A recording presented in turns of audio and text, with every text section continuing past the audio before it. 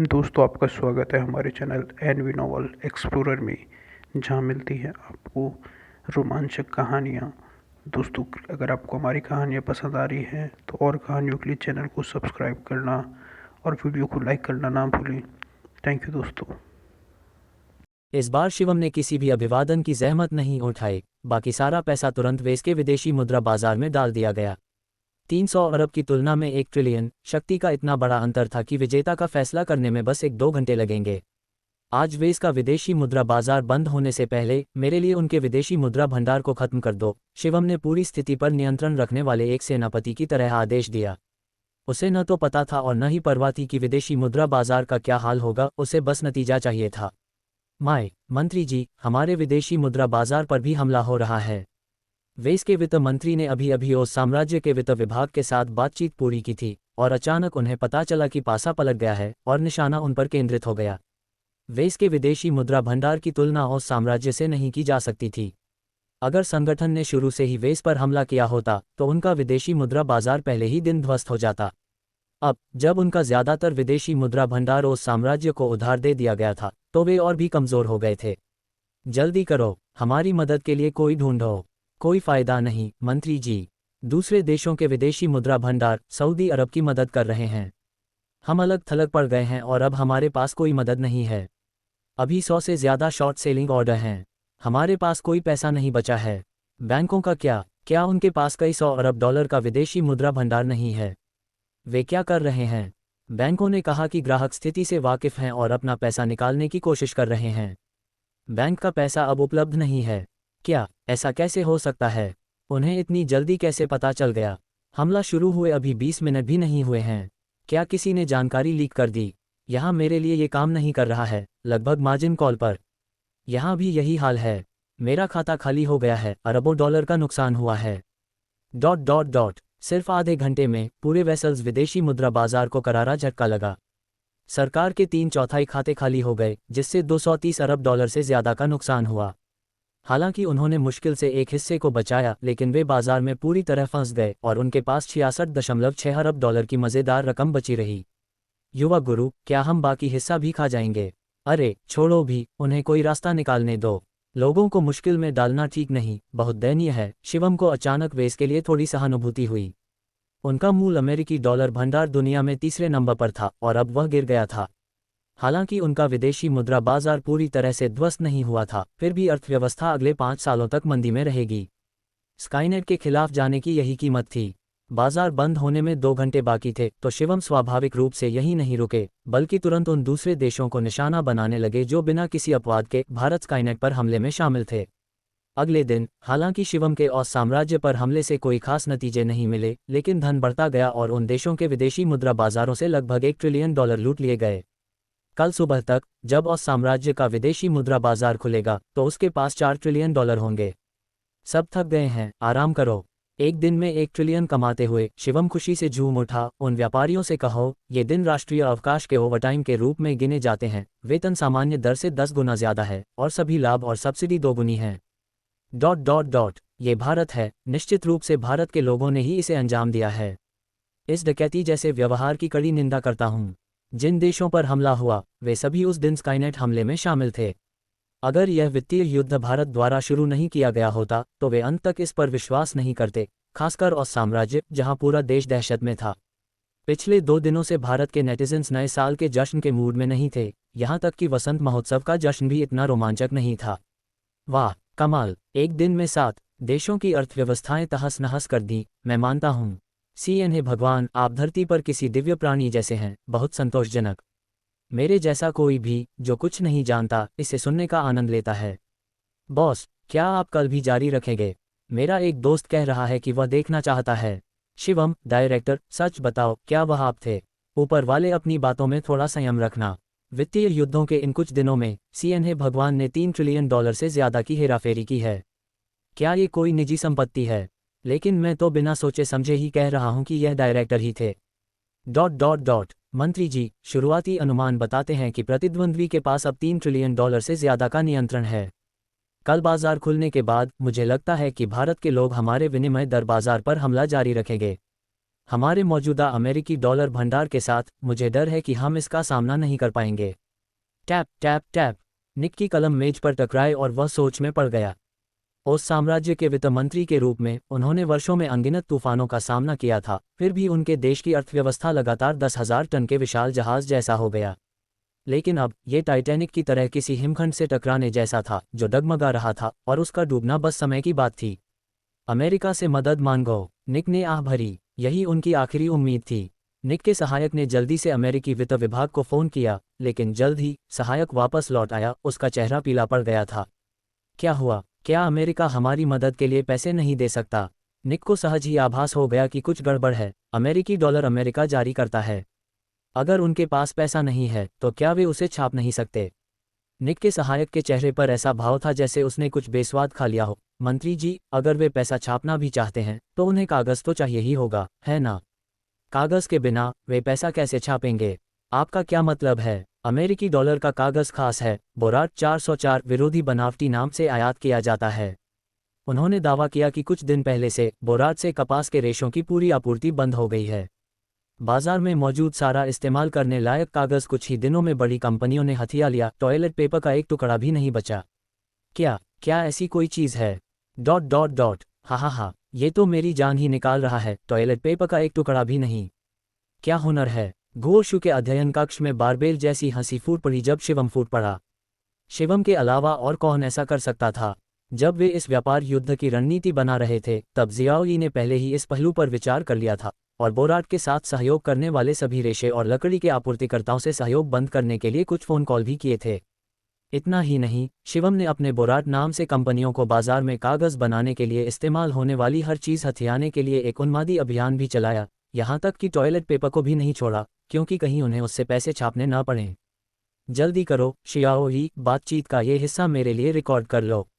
मैं अकेला नहीं हूँ जो इसके बारे में जानता हो। शिवम का शरारती हास्यबोध एक बार फिर भड़क उठा। सीएन, मैं आप सभी के साथ बातचीत का एक हिस्सा साझा करता हूँ। अपने आसपास का ध्यान रखना, मुझे डर है कि तुम्हारे साथ मूर्खों जैसा व्यवहार किया जाएगा। सीएन के दोबारा प्रकट होने पर अनगिनत दर्शक तुरंत आकर्षित हो गए। इस बार सिर्फ भारत के लोग ही तरबूज नहीं खा रहे थे, वे विदेशी भी उसे खा रहे थे, भारत के लोगों से भी ज्यादा चाव से। क्या बकवास है? क्या महान देवता सीएन ने किसी दूसरे देश की गुप्त बातचीत चुरा ली है? चोरी का क्या मतलब है? सीएन महान देवता तो बस इसे ले रहे हैं, खुलेआम और ईमानदारी से। पहले मैं देख लूं कि क्या हो रहा है। 1 मिनट बाद भारत के सभी फोरम हंसी से गूंज उठे। हा हा हा, ओस साम्राज्य ने अमेरिका से मदद मांगी, लेकिन उनके पास पैसे छापने के लिए कागज़ खत्म हो गया। हा हा हा, बोरात में टॉयलेट पेपर नहीं बचा है, वे अपने नितंब पहुंचने के लिए क्या इस्तेमाल करेंगे? हे, माफ़ करना, मैं कुछ नहीं कर सकता। ये किसने किया? इतना ज़बरदस्त, है ना? ये कदम तो बहुत बेशर्मी का है ना? हे भगवान सी, सच में क्या तुमने ही किसी को ये करने को कहा था? हा हा हा, मेरा तो हंसी से लोटपोट हो रहा है। संयुक्त राज्य अमेरिका भी हैरान था। कागज़ जैसी आम चीज़ ऐसे नाजुक दौर में कैसे दुर्लभ हो गई? लेकिन उनके आला अधिकारी मूर्ख नहीं थे। निस्संदेह ये फिर से उन्हीं भारत लोगों का काम होगा। उन्हें बस ये कल्पना करना मुश्किल लग रहा था कि इसे अंजाम देने के लिए कितने विशाल संसाधनों की ज़रूरत होगी। और तो और, बाजार में उपलब्ध सारा कागज़ और सूती लिनन का कच्चा माल खरीदना भी बहुत महंगा होगा, और आयात में बाधा डालने पर लगने वाला उल्लंघन दंड तो और भी अकल्पनीय था। क्या उन्हें अंतर्राष्ट्रीय व्यापार बाजार के पतन का डर नहीं था? फिर भी वे यह अंदाज़ा भी नहीं लगा पा रहे थे कि शिवम की संपत्ति उनकी कल्पना से कहीं ज़्यादा है। वह अपनी खरीदी हुई चीज़ों पर बैठे रहने से नहीं डरते थे, बस उसे उद्योग के एक हिस्से से दूसरे हिस्से में स्थानांतरित कर देते थे। उन्हें बस उल्लंघन दंड का ही नुकसान हुआ, और एक दिन में कमाए गए 1 ट्रिलियन अमेरिकी डॉलर की तुलना में एक छोटा सा दंड क्या मायने रखता है?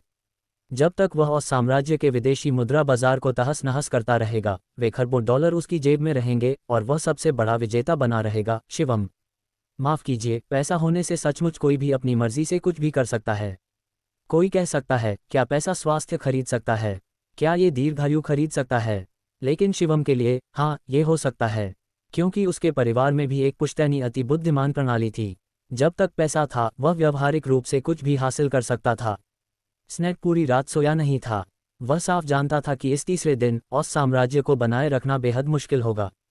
उसे अभी भी यह नहीं पता था कि भारत लोगों का अंतिम लक्ष्य क्या था। ओस साम्राज्य में कई भारत उद्यम जड़ जमा चुके थे। ये भारत उद्योग जड़ें जमा चुके थे और उनके कई मुख्य सदस्य ओस साम्राज्य के लोग थे। अगर वे हड़ताल पर चले जाते तो ये उद्योग जल्द ही बंद हो जाते। अगर ऐसा हुआ तो उन कंपनियों के मालिक निश्चित रूप से चुप नहीं बैठ पाएंगे। वे इस वित्तीय युद्ध को रोकने के तरीके ढूंढने की कोशिश करेंगे। इसके पीछे जो भी होगा उसे भारी दबाव झेलना पड़ेगा और तब तक ओज किंगडम का विदेशी मुद्रा बाजार बच भी सकता है ना? हे भगवान, वे तुम्हें धमका रहे हैं। हे भगवान, इसे जाने दो। उनके लिए सबक काफ़ी है। चलो अपने ही देश की कंपनियों को बर्बाद न करें। जैसा कि ओज किंगडम ने सोचा था, उन कंपनियों के मालिक बोलने के लिए खड़े भी नहीं हुए थे, उससे पहले ही नेटिजन्स ने मिन्नतें शुरू कर दी। अगर हड़ताल बहुत लंबी खींच गई तो कंपनियों के राजस्व को निश्चित रूप से नुकसान होगा। आखिरकार उन विदेशी कंपनियों के भारत कर्मचारी अल्पसंख्यक ही थे। कंपनी के 2/3 से ज़्यादा कर्मचारी शायद काम करना बंद कर देंगे। हाँ, उनके पास वाकई कुछ चालें थीं। शिवम ने ऐसी चीज़ों की उम्मीद नहीं की थी।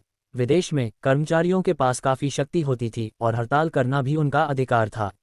जहां तक हड़ताल से कर्मचारियों को हुए नुकसान की बात है, उस राज्य सरकार स्वाभाविक रूप से उन्हें मुआवजा देगी। विदेशी मुद्रा बाजार में हुए भारी नुकसान और आर्थिक मंदी की तुलना में ये मुआवजे नगण्य थे। जियाओ यी, मुझे इस हड़ताल के पैमाने का पता लगाने में मदद करो। शिवम का व्यवहार नर्म था, कठोर नहीं। मेज़बान, इसमें भारत द्वारा वित्तपोषित कुल 18 बड़े उद्यम शामिल हैं, जिनमें हड़ताल पर कुल 80,000 से ज़्यादा लोग हैं।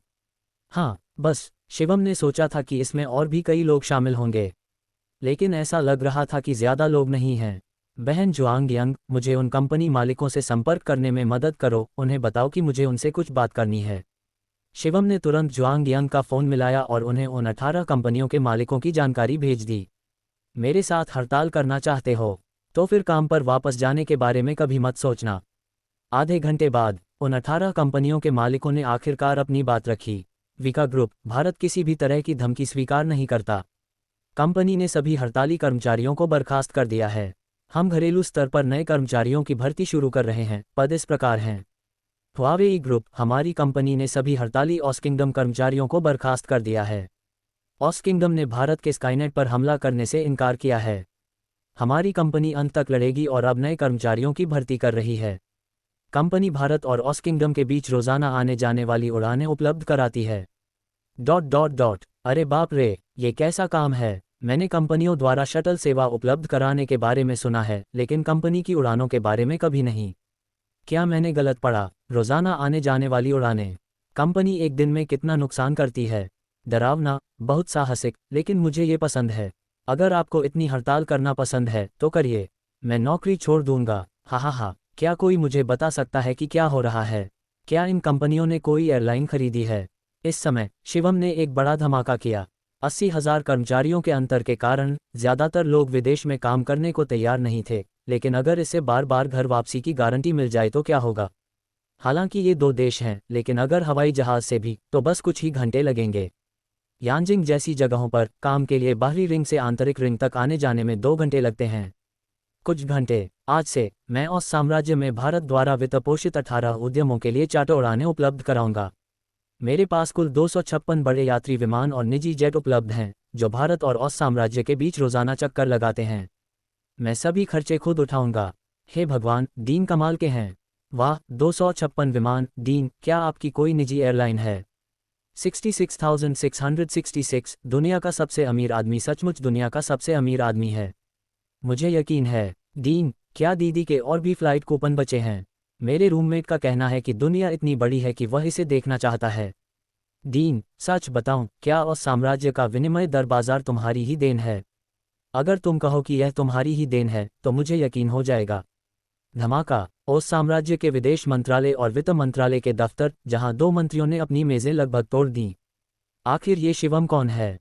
256 विमानों के साथ ये कितना अमीर है?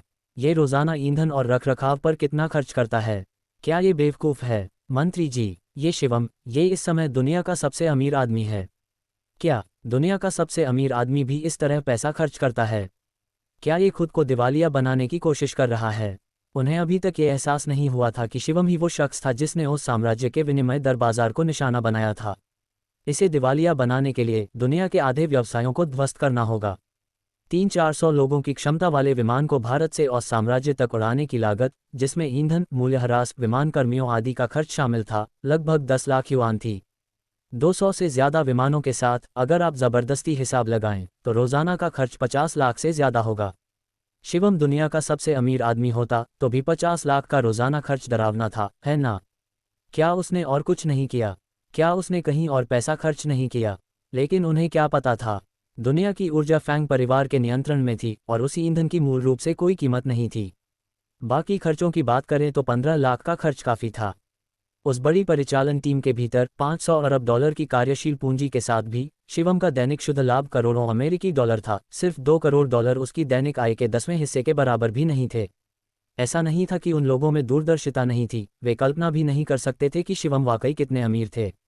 तो क्या हुआ अगर ये 200 से ज़्यादा विमान एक साल तक चले, 10 साल भी, और वो 80,000 कर्मचारी, हर एक कुलीन वर्ग, और साम्राज्य की सरकार इतनी बड़ी सब्सिडी कब तक झेल सकती थी? शिवम अकेले ही एक राष्ट्र से मुकाबला कर सकते थे, और वो भी आसानी से। स्नेट ने कभी सोचा भी नहीं था कि उनका विरोधी कोई ऐसा व्यक्ति होगा जो पैसे को पैसा नहीं समझता। वे ऐसा आर्थिक युद्ध कैसे लड़ सकते थे, और साम्राज्य जीतने के लिए क्या इस्तेमाल करेगा? उनका समर्थन करने वाले देशों ने एक के बाद एक बाजारों का पतन देखा, और कुछ ही वर्षों में राष्ट्रीय अर्थव्यवस्थाएं स्थिर हो गईं या यहाँ तक कि गिर गईं। जहाँ तक संयुक्त राज्य अमेरिका की बात है तो पूरे देश को पहुंचने के लिए कागज भी नहीं मिल रहा था, और अब वे इस बात पर दिमाग खपा रहे थे कि कागज किससे बनाएं। सबकी नज़रों के सामने आखिरकार तीसरे दिन की शुरुआत हुई। 7 देशों के विदेशी मुद्रा बाजारों को लूटने के बाद शिवम के पास 3 ट्रिलियन डॉलर की नकदी थी। इस बीच ओस साम्राज्य के पास 1 ट्रिलियन भी नहीं बचा था। उनके पास विरोध करने के लिए क्या था? मैंने शुरू में सोचा था कि वे एक योग्य प्रतिद्वंद्वी हैं जो थोड़ी देर और टिक सकते हैं। लगता है अजेय होना अभी भी बहुत अकेलापन है। शिवम ने चेहरे पर एक दयालु भाव के साथ आह भरी, उन्हें एक ही बार में खत्म कर दो और हमारा नया साल अच्छा बीतेगा। जैसे ही विदेशी मुद्रा बाजार खुला, धन ज्वार की तरह उमड़ पड़ा, और शॉर्ट सेलर लगातार उछल रहे थे जैसे किसी ऑनलाइन गेम में छोटे राक्षस। मजबूत रहो, डटे रहो। वित्त विभाग कुछ न कुछ हल निकालने की कोशिश कर रहा है। हमें आज ही जीत हासिल करनी होगी। धमाका। आखिरकार कुछ व्यापारी अपने उपकरण नीचे फेंकने से खुद को रोक नहीं पाए। कैसे टिके रहें? किससे? अपने सिर से। तुम नेता लोग रोजाना सिर्फ मुसीबत खड़ी करते हो, और आखिरकार उसे साफ करने वाले हम ही होते हैं। भारत का उदय लंबे समय से अजेय रहा है। तुम भारत से मुसीबत क्यों मोल ले रहे हो? मजाक नहीं कर रहे। जानते हो उनके पास कितनी पूंजी है? 3 गुना। हमारी पूंजी से 3 गुना। हमारी एक बड़ी पूंजी विदेशी मुद्रा बाजार में लगी है, और हम अपना सिर भी नहीं उठा सकते। किससे लड़ें? अधिकारी एक पल के लिए हक्का बक्का रह गया। उसे उम्मीद नहीं थी कि ये व्यापारी सीधे उनका विरोध करेंगे। क्या वे नौकरी छोड़ रहे थे? धमाका। उसने मेज पर जोर से पटका। क्या तुम इसी तरह बात करते हो?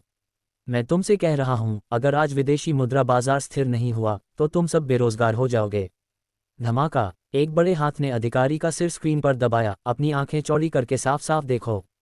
इन भारत वालों के पास कितना पैसा है? 3 ट्रिलियन से ज्यादा। हमारे पास कितना है? 800 बिलियन। अगर ये शॉर्टिंग करते रहे और हमारे पास मार्जिन बढ़ाने के लिए पैसे नहीं बचे तो हमें जल्द ही अपनी पूंजी निकालनी पड़ेगी और सारी विदेशी मुद्रा बर्बाद हो जाएगी। समझ रहे हो? तुमने मुझ पर हाथ डालने की हिम्मत की, तुम्हें नौकरी से निकाल दिया जाएगा। अधिकारी ने गुस्से से कहा। बेरोजगार होना ठीक है, क्या तुम्हें लगता है कि हमें इस नौकरी से इतना लगाव है? व्यापारी ने अपना सामान एक तरफ फेंक दिया। पता नहीं तुम किससे मुकाबला कर रहे हो, पर्याप्त पैसे नहीं जुटा पा रहे, चाहे किसी को भी लाओ, सब बेकार है। हाँ, सच कहूँ तो कई कंसोर्टियम पहले ही हमें 10 गुना ज्यादा दाम देकर लूटने आ चुके हैं। मैं नौकरी छोड़ रहा हूँ। जो चाहे कर सकता है। व्यापारियों के एक समूह ने हिम्मत करके अलविदा कहा और अपनी नौकरियां छोड़ दीं। अपने अनुभव और कौशल से वे कहीं भी फल फूल सकते थे, यहाँ इस बकवास को क्यों सहना? गुरुजी, उनका प्रतिरोध कमजोर पड़ गया है। लगता है वे हार मानने लगे हैं। क्या ऐसा है? शिवम ने शांति से सुगंधित चाय का एक कप उठाया और एक घूंट लिया। ठीक है, बहुत हो गया खेल।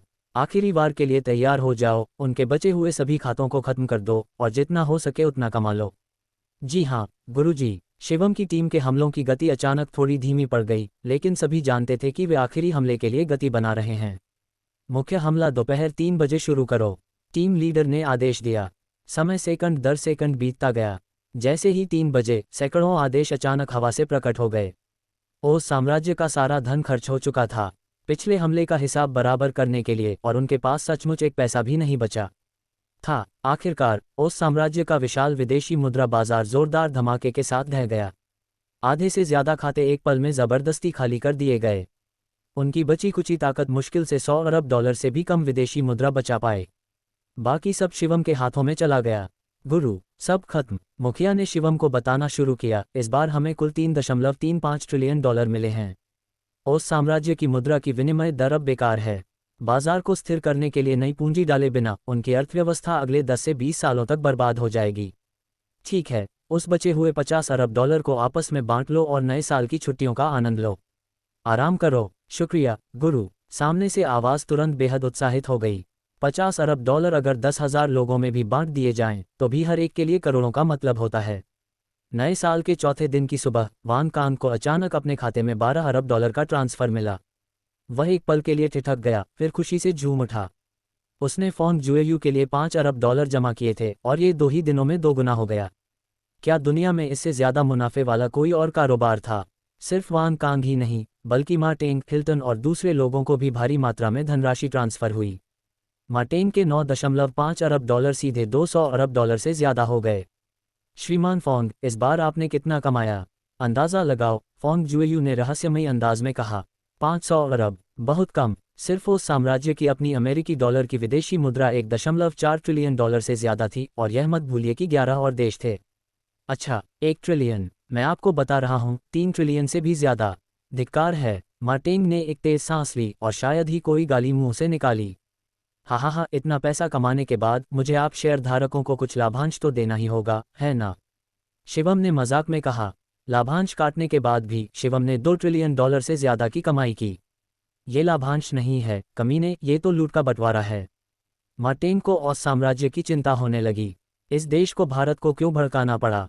इस शैतान शिवम को क्यों भड़काना पड़ा? ये वाकई एक दयनीय देश था। विनिमय दर गिर गई और ओस साम्राज्य की मुद्रा अचानक मूल्यहीन हो गई। घरेलू मुद्रास्फीति असहनीय रूप से गंभीर हो गई। देश के शीर्ष अधिकारियों ने मदद के लिए बेताब होकर गुहार लगाए, लेकिन उनके 11 सहयोगी देश खुद संघर्ष कर रहे थे और कोई भी विदेशी मुद्रा सहायता बूंद भर थी। इस समय वे सभी 12 देश मदद के लिए भारत की ओर मुड़े। कोई विकल्प नहीं था, भारत धनी था। यही एकमात्र देश था जो उन्हें बचा सकता था। हालांकि विदेशी मुद्रा में लगभग 2 ट्रिलियन अमेरिकी डॉलर का अंतर ऐसा कुछ नहीं था जिसे भारत भी आसानी से पूरा कर सके। आखिरकार भारत का कुल विदेशी मुद्रा भंडार 3 ट्रिलियन से थोड़ा अधिक था और भारत को आयात और निर्यात व्यापार के लिए अभी भी उस विदेशी मुद्रा की आवश्यकता थी। तभी भारत के नेता को एक बहुत ही खास फोन आया, आश्चर्यजनक रूप से सीएन नामक उस इंटरनेट दिग्गज से। किसी तरह उसने सीधे उस जगह को हैक कर लिया था। नेताजी, मैं तुरंत इस सीएन की जांच करूंगा, नेता के सचिव ने तुरंत कहा। इस सीएन के पास अपार दिव्य कौशल थे। सुरक्षा सुनिश्चित करने के लिए उसके जैसे किसी व्यक्ति का राष्ट्र के नियंत्रण में होना जरूरी था। अगर उसने कभी भारत को नुकसान पहुंचाने की सोची तो उसे कौन रोक सकता है? जरूरत नहीं है। इस सीएन ने एक बार तियानवान को 12 देशों के संयुक्त आक्रमण से बचाने में मदद की थी, जिससे साबित हुआ कि वह बहुत देशभक्त है। हमें उस पर नियंत्रण करने के बजाय उस पर भरोसा करना चाहिए, नेता ने मुस्कुराते हुए कहा। मैं उससे बहुत समय से मिलना चाहता था। अब तुम जा सकते हो, मैं उससे बात करूंगा। ओह, चिंता मत करो, ऐसा नहीं है कि वह इंटरनेट लाइनों का इस्तेमाल करके मुझे व्यक्तिगत रूप से अगवा कर ले, नेता ने मजाक किया। हाँ, तो मैं बाहर जाता हूँ।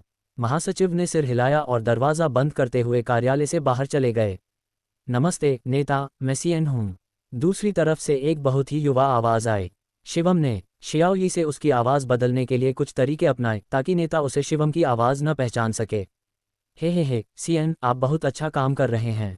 सबसे पहले मैं भारत की ओर से आपको उस रात तियानवान की रक्षा के लिए आगे आने के लिए धन्यवाद देना चाहता हूं।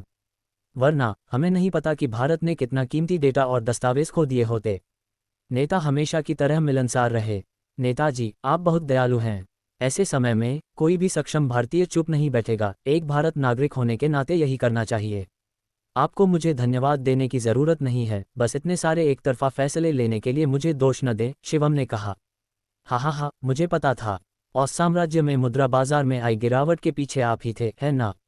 हे, मैं ही था, शिवम ने शर्मिंदा होकर कहा। वे बहुत बेशर्म थे। उन्होंने भारत के तियानवान पर हमला करने के लिए मिलकर काम किया और फिर भी वे सबसे पहले शिकायत करने और जवाबी कार्रवाई करने वाले थे। मैं इसे बर्दाश्त नहीं कर सका और सोचा कि उन्हें एक सबक सीखने की ज़रूरत है। आपने उन्हें उस थप्पड़ से काफ़ी ज़ोर से मारा है। इन 12 देशों की अर्थव्यवस्था 3 से 5 साल में ठीक नहीं होगी। जहां तक ओस साम्राज्य की बात है, वह 10 या 20 साल में भी नहीं उबर पाएगा। नेता भी इस घटना से काफ़ी हैरान था। इतने विशाल धन वाले एक गैर सरकारी व्यक्तिगत संगठन के लिए अगर भारत निशाने पर होता तो शायद भारत भी इसका सामना नहीं कर पाता। लेकिन सीएन, जब भी संभव हो क्षमाशील होना चाहिए। उन्होंने हमारे देश को कोई गंभीर नुकसान नहीं पहुंचाया, इसलिए उन्हें इतनी कड़ी सजा देने की कोई ज़रूरत नहीं है, नेता ने कहा। आप सही कह रहे हैं, नेता, शिवम ने अपनी जुबान बाहर निकाली। उसे सचमुच लगा कि इस बार उसने ज़रूरत से ज़्यादा प्रतिक्रिया दी है, जिससे वे देश लगभग बर्बादी की कगार पर पहुंच गए हैं। मैं असल में आपसे इस मामले पर चर्चा करना चाहता था। ओह, तो फिर बताए, नेताजी की दिलचस्पी बढ़ी। न जाने क्यों, उनके दिमाग में एक और युवक की छवि उभर आई। नेताजी, उन देशों को पहले ही विदेशी मुद्रा ऋण के लिए भारत से संपर्क करना चाहिए था, है ना? शिवम ने पूछा, हालांकि उसे पहले से ही जवाब पता था। ऐसी बातें जियाओली से छुपी नहीं रह सकतीं। हाँ, बाजार को स्थिर करने के लिए पर्याप्त विदेशी मुद्रा के बिना उनकी अर्थव्यवस्थाएं कुछ ही दिनों में चरमरा जाएंगी। हाँ, अगर वे पैसे उधार लेना चाहते हैं तो उन्हें उधार दे दीजिए। शिवम ने कहा, यह उतना आसान नहीं है जितना आप सोच रहे हैं, नेताजी हंसे। हमारे भारत का अमेरिकी डॉलर का विदेशी मुद्रा भंडार दुनिया में सबसे बड़ा है, लेकिन हम एक साथ इतने सारे देशों की मदद नहीं कर सकते। उनके पास कुल 2 ट्रिलियन अमेरिकी डॉलर से ज़्यादा का अंतर है और हम मदद करने में असमर्थ हैं। नेताजी, मैं अभी भी आपके पास हूँ, शिवम ने शरारत से मुस्कुराते हुए कहा। मैं उन दर्जन भर देशों और उन अंतर्राष्ट्रीय वित्तीय समूहों से 3 ट्रिलियन अमेरिकी डॉलर से ज़्यादा हड़पने में कामयाब रहा जो इस स्थिति का फ़ायदा उठाना चाहते थे। हालांकि इस बार मैंने काफ़ी उधार लिया है, इसलिए मैं अपने दोस्तों को धोखा नहीं दे सकता। मेरे कर्मचारियों को खाना चाहिए और मुझे अपने लिए कुछ रखना है ना? हाँ, तुम बदमाश नौजवान, तुम बहुत चालाक हो। नेता ने शिवम की बात समझ ली। वह कुछ लूट का माल अपने लिए रखना चाहता था। हे नेताजी, मैं बाकी 2 ट्रिलियन दे सकता हूँ। आप इसे भारत के नाम पर उन्हें उधार दे सकते हैं और जहाँ तक शर्तों की बात है, उन्हें सख्त बनाए। शिवम ने कहा, उन्हें छोड़ देना एक बात थी और दूसरी बात सज़ा देना मैं एक और था। कम से कम उन्हें पहले भारत के तियानवांग पर हमला करना स्वीकार करना चाहिए, फिर अंतर्राष्ट्रीय मंच पर सार्वजनिक रूप से माफ़ी मांगनी चाहिए और इस पैसे पर ब्याज बहुत ज़्यादा होना चाहिए। शिवम ने पहले ही तय कर लिया था, अगर उनकी अर्थव्यवस्थाएं ध्वस्त नहीं भी हुई तो भी उन्हें अगले कुछ सालों तक कम ही रहना चाहिए। क्या आप ज़्यादा ब्याज ले रहे हैं? नेता शिवम का इरादा समझ गया। जाहिर है, इसे ऐसे समझो जैसे मैं एक पे डे लोन कंपनी चला रहा हूँ। लेकिन मुझे देश का ब्याज नहीं चाहिए, बस पैसे का इस्तेमाल अपनी मर्जी से करो। जब तुम्हारा काम हो जाए तो मुझे जब चाहे वापस कर देना, मुझे इन 2 ट्रिलियन की ज़रूरत नहीं है। नेता का मुंह भी थोड़ा सा फड़क उठा। इन 2 ट्रिलियन की ज़रूरत न होने का क्या मतलब था? दुनिया भर में भारत के अलावा किसी भी देश का विदेशी मुद्रा भंडार 2 ट्रिलियन से ज़्यादा नहीं था। शिवम के मुंह से 2 ट्रिलियन की बात $200 जैसी कैसे लग रही थी? लेकिन दोबारा सोचने पर यह उपाय बिल्कुल भी बुरा नहीं था। ये दुनिया को ये दिखाने के लिए एक चेतावनी थी कि भारत के साथ खिलवाड़ नहीं किया जा सकता, साथ ही भारत की एक प्रमुख शक्ति के रूप में छवि भी स्थापित हुई। ये दोनों पक्षों के लिए फ़ायदेमंद स्थिति थी। तो मैं इस पैसे के लिए देश की ओर से आपको धन्यवाद देता हूँ। नेता ने कुछ सोचने के बाद सहमति जताई। बेशक, उनका इरादा शिवम को ब्याज का कुछ हिस्सा देने का था। दरअसल, भारत को इस ब्याज से फ़ायदा होगा और नेता को इसकी कोई चिंता नहीं थी, क्योंकि इससे सीएन का दिल भी जीत जाएगा, क्यों नहीं? ठीक है नेताजी, चूंकि हमारा काम पूरा हो गया है, मैं चुपचाप चलता हूँ। मुझे नए साल की तैयारी करनी है। हाँ, रुको, नेता ने उसे रोका। नेताजी, और कुछ? सीएन, मुझे उम्मीद है कि आप जहाँ भी हों, आपको हमेशा याद रहेगा कि आप भारतीय हैं, नेता ने गंभीरता से कहा। निश्चिंत रहें नेताजी, शिवम ने एक एक शब्द कहा। मैं इस भूमि को हमेशा याद रखूंगा जिसने मुझे जन्म दिया और बड़ा किया।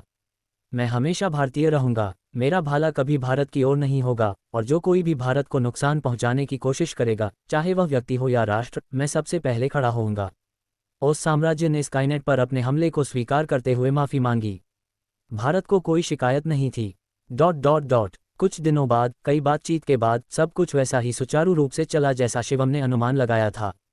स्काईनेट पर हमले में शामिल सभी सदस्य देशों ने माफ़ी मांगी और भारत को अंतर्राष्ट्रीय स्तर पर प्रशंसा मिली।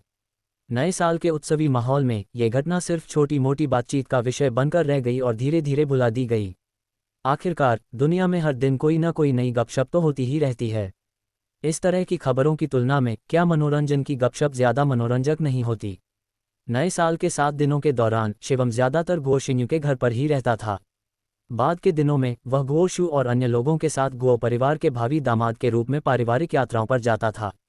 दुनिया के सबसे धनी व्यक्ति की पहचान के साथ हर रिश्तेदार उसके साथ बहुत विनम्रता से पेश आता था। खाने पीने का समय भी थोड़ा कम लग रहा था, लेकिन कुल मिलाकर सब कुछ सुखद रहा और इस तरह एक खुशहाल नया साल बीता। छात्रों की बेचैन चीखों के बीच नए सेमेस्टर की शुरुआत हुई।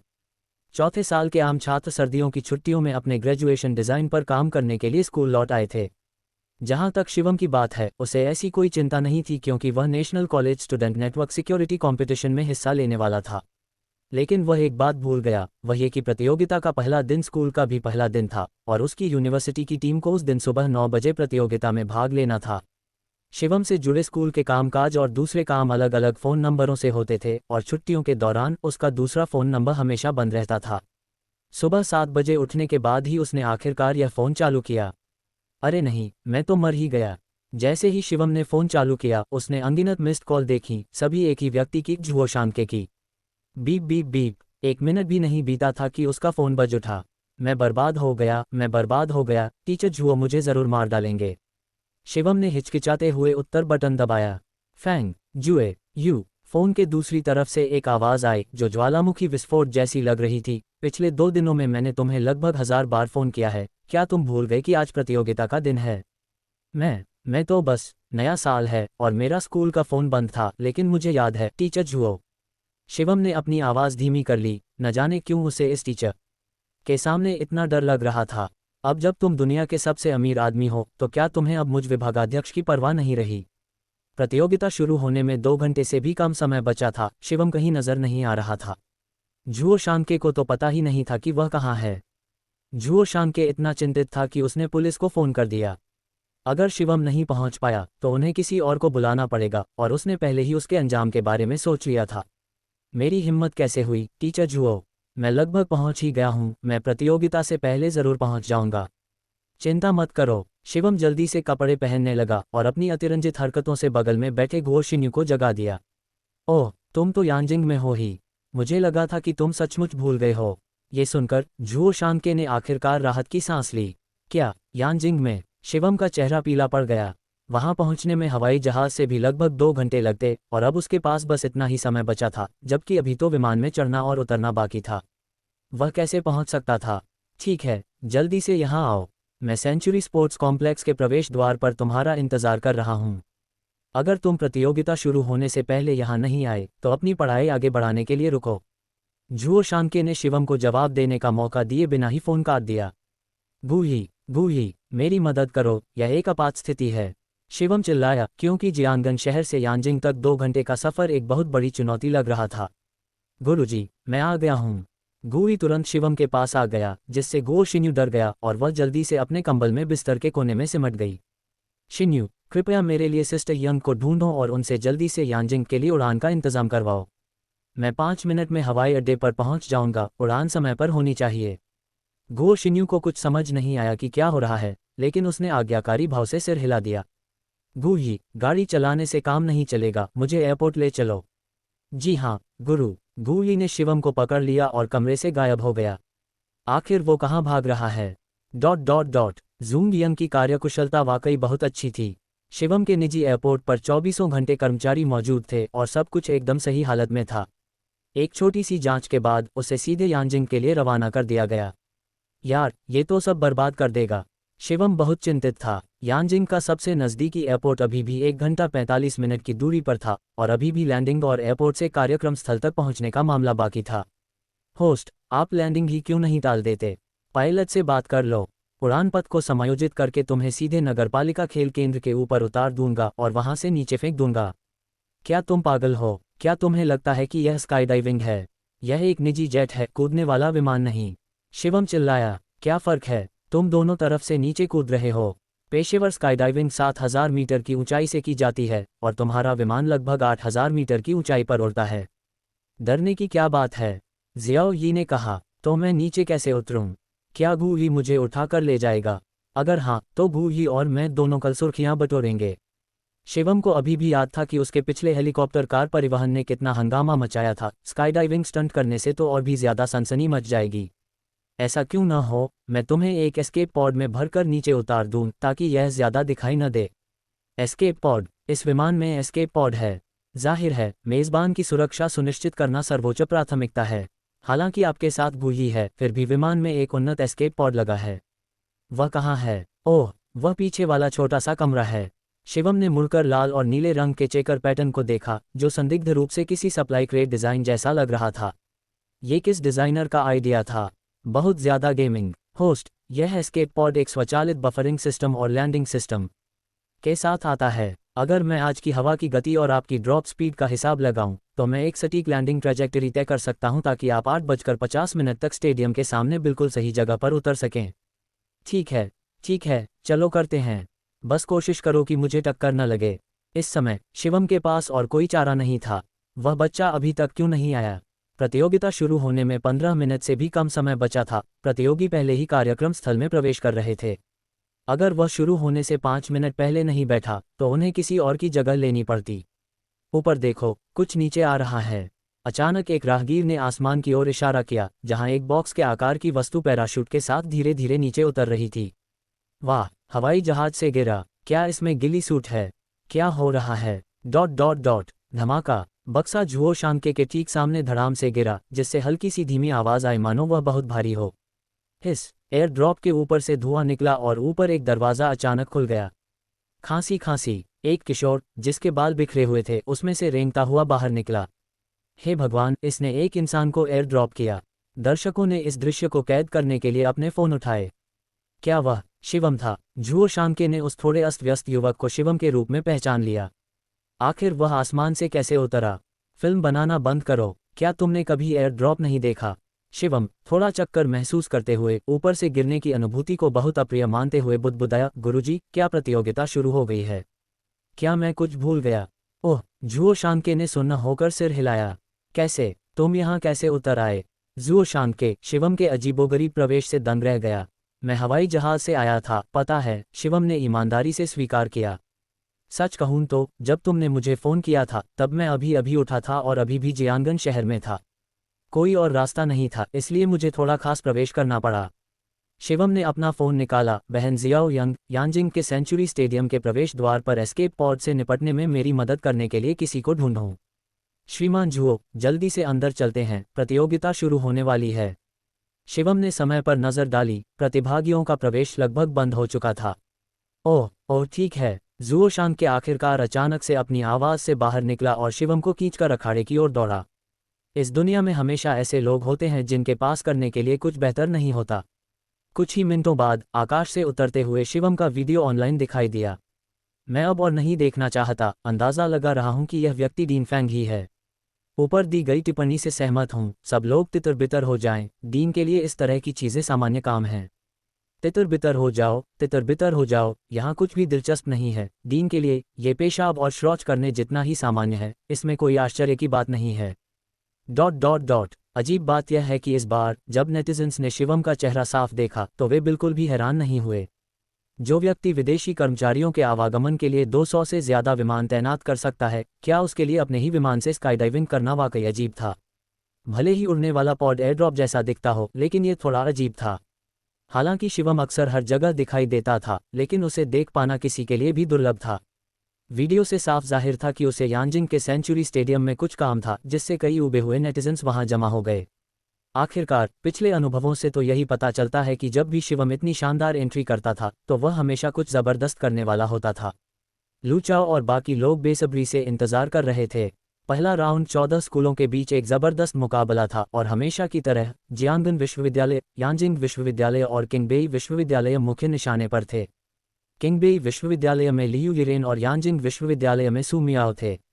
हालांकि वे स्नातक हो चुके थे और प्रतिस्पर्धा के लिए अयोग्य थे, फिर भी उन्होंने इतनी बड़ी हाथापाई से निपटने में कुशल एक मजबूत टीम तैयार की थी। इसके विपरीत जियांगन विश्वविद्यालय हालांकि हाथापाई के दौरान कुछ अंक अर्जित कर सकता था, अंकों के कारण शुरुआती झड़पों में आगे बढ़ सकता था, लेकिन बाद के मैचों में जैसे जैसे बाकी स्कूल मजबूत होते गए, उनका प्रतिरोध कमज़ोर होता गया। सौभाग्य से पहले मैच में किंगबेई और यांजिंग के साथ ग्रुप में न होने के कारण उनकी किस्मत अच्छी थी, लेकिन बाकी 13 स्कूल उन पर नज़र गड़ाए हुए थे और 13 सदस्यों वाले इस आक्रामक खेल का दबाव साफ दिख रहा था। अगर शिवम नहीं पहुंच पाता है, तो हम अपनी सामान्य रणनीति अपनाएंगे और आक्रामक खेल पर ध्यान केंद्रित करेंगे। हम अपने 10 नोड्स के टूटने से पहले ज़्यादा से ज़्यादा अंक हासिल करने की कोशिश करेंगे। खैर, रैंकिंग में एलिमिनेशन ऑर्डर मायने नहीं रखता, हमारा लक्ष्य पॉइंट्स बटोरना है। लू चाओ ने निर्देश दिया। आधे स्कूल अगले राउंड में पहुंच गए थे, इसलिए उनकी संभावनाएं अभी भी काफ़ी अच्छी थीं। समझ गए। जी यूजी, चेन फैंग और जेक के नाम का एक विकल्प मानसिक रूप से तैयार थे। प्रतिभागियों के प्रवेश के अंत में 1 मिनट से भी कम समय बचा था। धमाका! तभी अखाड़े के दरवाजे खुले और एक थोड़ा अस्त व्यस्त व्यक्ति अंदर दौड़ा। वह आ गया, शिवम आ गया। पहले से निराश जियांगन विश्वविद्यालय की टीम में अचानक ऊर्जा का एक असीम संचार हुआ, मानो शिवम के आने से जीत पक्की हो गई हो। ये कौन है? किस स्कूल से? अरे बाप रे, क्या तुम इसे पहचान नहीं पाए? दुनिया के सबसे अमीर आदमी, जियांगन विश्वविद्यालय के शिवम। वह यहाँ क्या कर रहे हैं? क्या वह भी इसमें भाग ले रहे हैं? बिल्कुल नहीं, है ना? क्या उन्हें पता भी है? दुनिया का सबसे अमीर आदमी जिंदगी का लुत्फ़ उठाने में व्यस्त नहीं, बल्कि एक नेटवर्क सुरक्षा प्रतियोगिता में भाग ले रहा है। कौन जाने, मैंने सुना है कि डीन फैंग जियांगन विश्वविद्यालय में कंप्यूटर विज्ञान के छात्र थे, शायद उन्हें पता हो। देखो, वह ऊपर जा रहे हैं, वह असल में एक प्रतियोगी हैं। ... तुम्हें इंतज़ार कराने के लिए माफ़ करना, शिवम ने कहा। कोई बात नहीं, खुशी है कि तुम यहाँ हो। चलो तैयार हो जाओ, प्रतियोगिता कुछ ही मिनटों में शुरू हो रही है। लू चाओ और बाकियों ने शिवम को हाई फाइव दिया। हम थोड़ी देर में क्या करेंगे? सोएंगे या अपने फ़ोन पर खेलेंगे? चेन फैंग ने मजाक में पूछा। मजाक मत करो, 40 से ज़्यादा प्रतिद्वंदी हैं। लू चाओ जानता था, जबकि शिवम के लिए 20 का सामना करना आसान था, उस संख्या को दोगुना करने से जटिलता कई गुना बढ़ जाती है। यह कोई मजाक की बात नहीं थी। कोई बात नहीं, 40 और 20 की उम्र मेरे लिए लगभग एक जैसी है। शिवम ने पानी का एक घूंट लिया और अपनी उंगलियां मोड़ते हुए कहा, बस मैं जैसा कहूँ वैसा करो, तुम सब बस लेट जाओ और जीत जाओ। तीनों ने एक दूसरे को देखा और बेबस मुस्कान बिखेरी। ऐसा लग रहा था कि वे यहाँ छुट्टियां मनाने आए हैं। शिवम से मुकाबला ही काफ़ी होगा। अरे, ये बच्चा बहुत तेज़ दौड़ता है। इस समय तक जुओ शानके ने आखिरकार अखाड़े में अपनी सांस ली। फैंग जुएयू को पहले से ही प्रतियोगी के स्थान पर बैठे देखा, उसने एक आह भरी राहत। श्रीमान जुओ, आपकी सेहत पहले जैसी नहीं रही, जेजियांग बिजनेस यूनिवर्सिटी के एक शिक्षक ने उनके बगल में कहा। और आपके जियांगनान यूनिवर्सिटी के छात्र भी कमज़ोर होते जा रहे हैं, है ना? दूसरे स्कूल के एक शिक्षक ने व्यंग्यात्मक लहजे में कहा, मुझे शक है कि इस साल आप पहले राउंड से भी आगे बढ़ पाएंगे। अगर हिम्मत है तो जियांगनान यूनिवर्सिटी की टीम के साथ आमने सामने मुकाबला करो। जुओ शानके ने निडर होकर जवाब दिया, तुम लोग सिर्फ आंकड़ों पर भरोसा कर रहे हो। बाकी शिक्षक समझ गए कि यह सच है और चुप हो गए। जरा रुको, देखते हैं हारने के बाद भी तुम कैसे शेखी बघाड़ते हो। जुओ शानके ने शिवम पर ध्यान केंद्रित किया। शिवम, इस बार जियांगनान यूनिवर्सिटी की गरिमा बनाए रखना पूरी तरह से तुम्हारा काम है। ... ठीक 9 बजे प्रतियोगिता शुरू हुई और रेफरी ने मंच पर नियमों की घोषणा की। नियम सरल थे, 14 से 7, 10 नोड्स वाले एक विशाल मुकाबले में सभी नोड्स के हारने का मतलब था बाहर होना। स्कोर अंकों पर आधारित थे।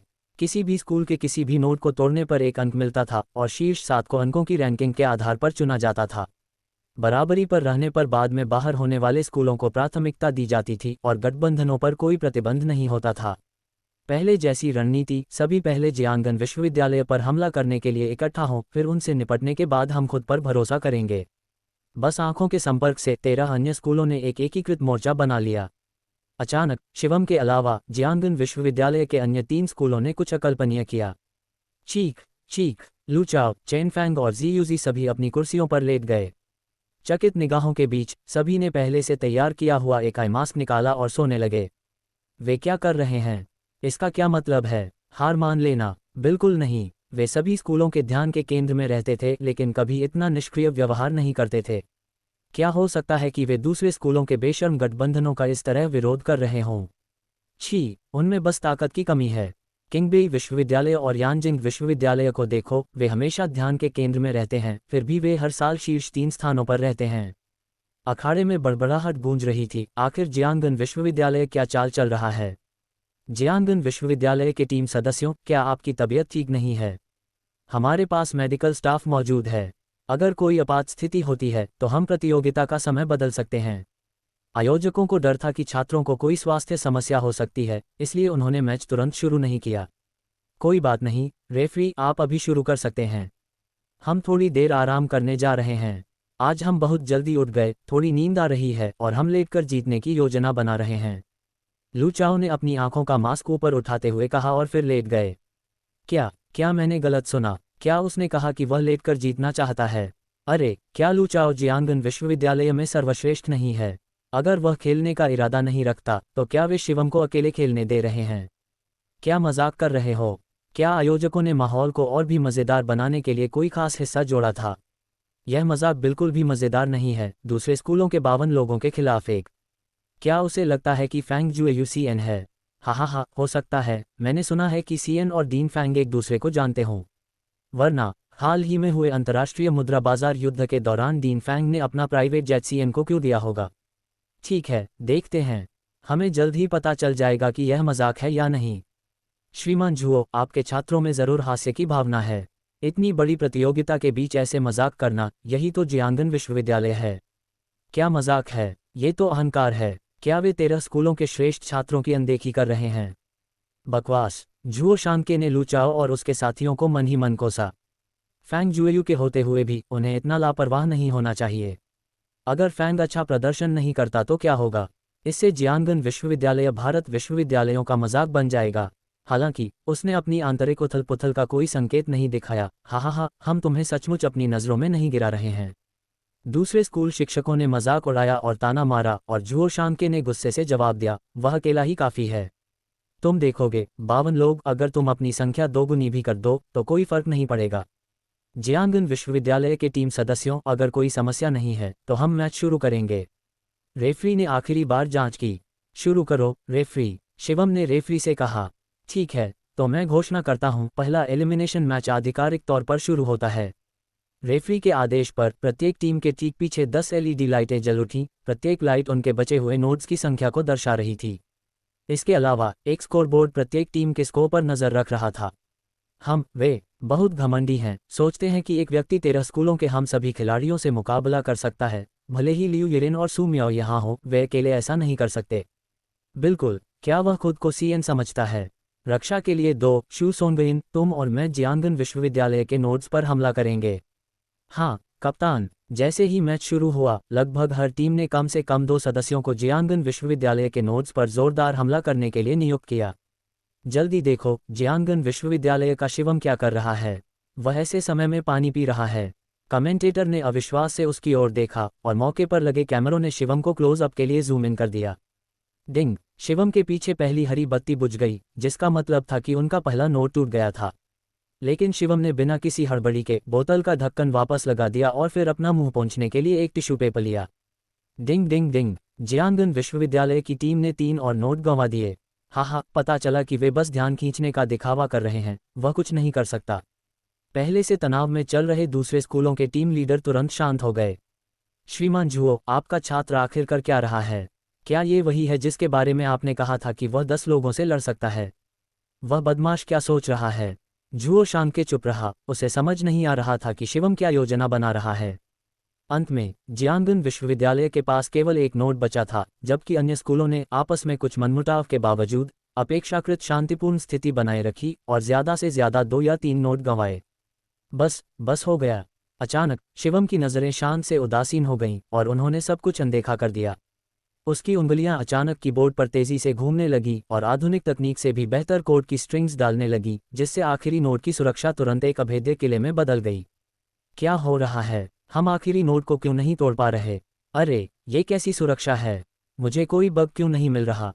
एक के बाद एक स्कूलों ने जियांगन विश्वविद्यालय के आखिरी नोट को निशाना बनाया, लेकिन पाया कि यह पूरी तरह से सुरक्षित है और इसमें कोई सेंध लगाने का कोई रास्ता नहीं है। ठीक है, तुम काफ़ी देर तक खेल चुके हो, अब मेरी बारी है। शिवम ने लाइन बदली और तुरंत पलटवार शुरू कर दिया। कप्तान, हमारे नोट्स पर हमला हो रहा है। कौन सा स्कूल ऐसा कर रहा है? क्या हमने पहले जियांगन विश्वविद्यालय पर ध्यान केंद्रित करने पर सहमति नहीं जताई थी? कप्तान, लगता है जियांगन विश्वविद्यालय। क्या? लेकिन वे तो हम 13 स्कूलों से घिरे हुए थे, फिर भी उनमें पलटवार करने की ऊर्जा कैसे थी?